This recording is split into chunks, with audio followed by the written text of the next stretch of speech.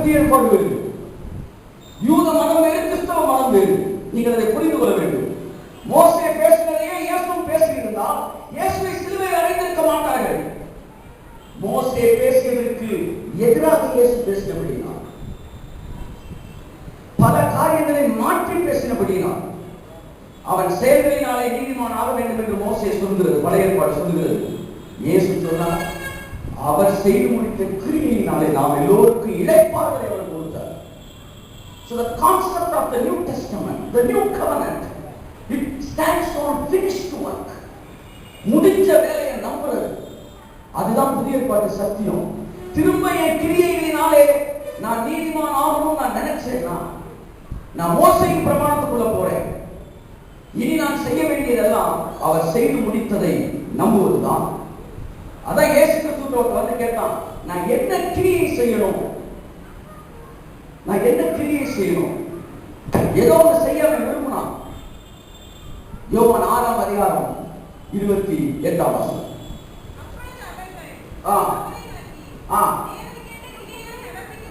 தேவனுக்கு ஏற்ற கிரியைகளை, கிரியைகள் திருப்பதி வரல, கிரியை ஏதோ ஒரு வேலையை செய்ய நான் விரும்புகிறேன்.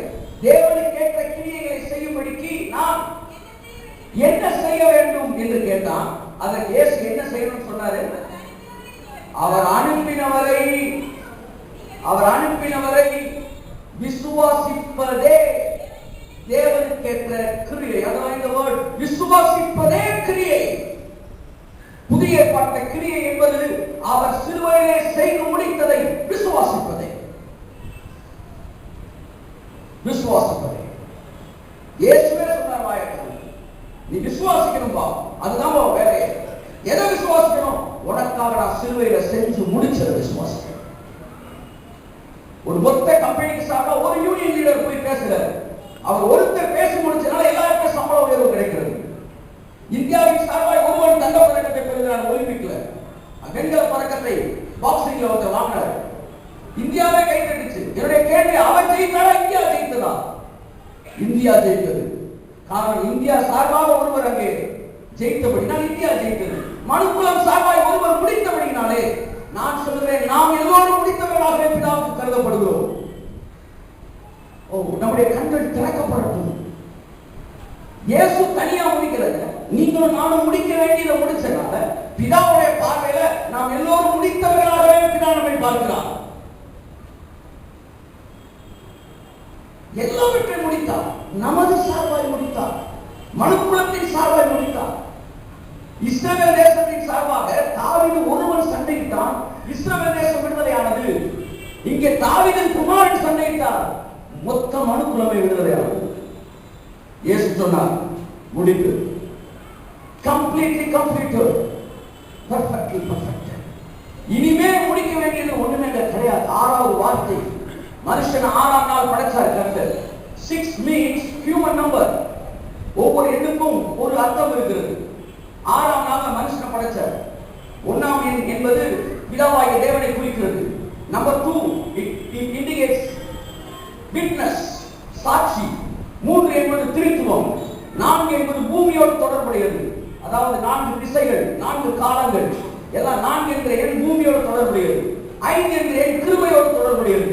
6 என்ற எண் மனிதனோடு தொடர்புடையது. 6 அறிவு. 6ஆம் நாளிலே படைத்தார். 6 மணி நேரம் சிலுவையில் தொங்கினார். 60 நிமிடங்களாய் பிரிக்கப்படுகிறது.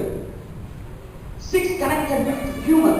666 பாருங்க, மனித எண்ணிலே பூர்ணமானது, பூர்ண அறிவு, மனித அறிவு. 666 6 means human, 7 means God, பூரணம், பிதாவை குறிக்கிறது, பூரணத்தை குறிக்கிறது. 8 என்பது நியூ பிகினிங், புதிய தொடக்கம். 7 ஒரு வாரம் முடியுது, 8வது நாள் புதிய எண். 8 பேர் நோவா பேழையில் இருந்தாங்க, புதிய துவக்கம். 8வது புத்தகம் ரூத் புத்தகம், அங்கே ரூத்துக்கு ஒரு புதிய வாழ்க்கை. 8 என்பது புதிய துவக்கம்.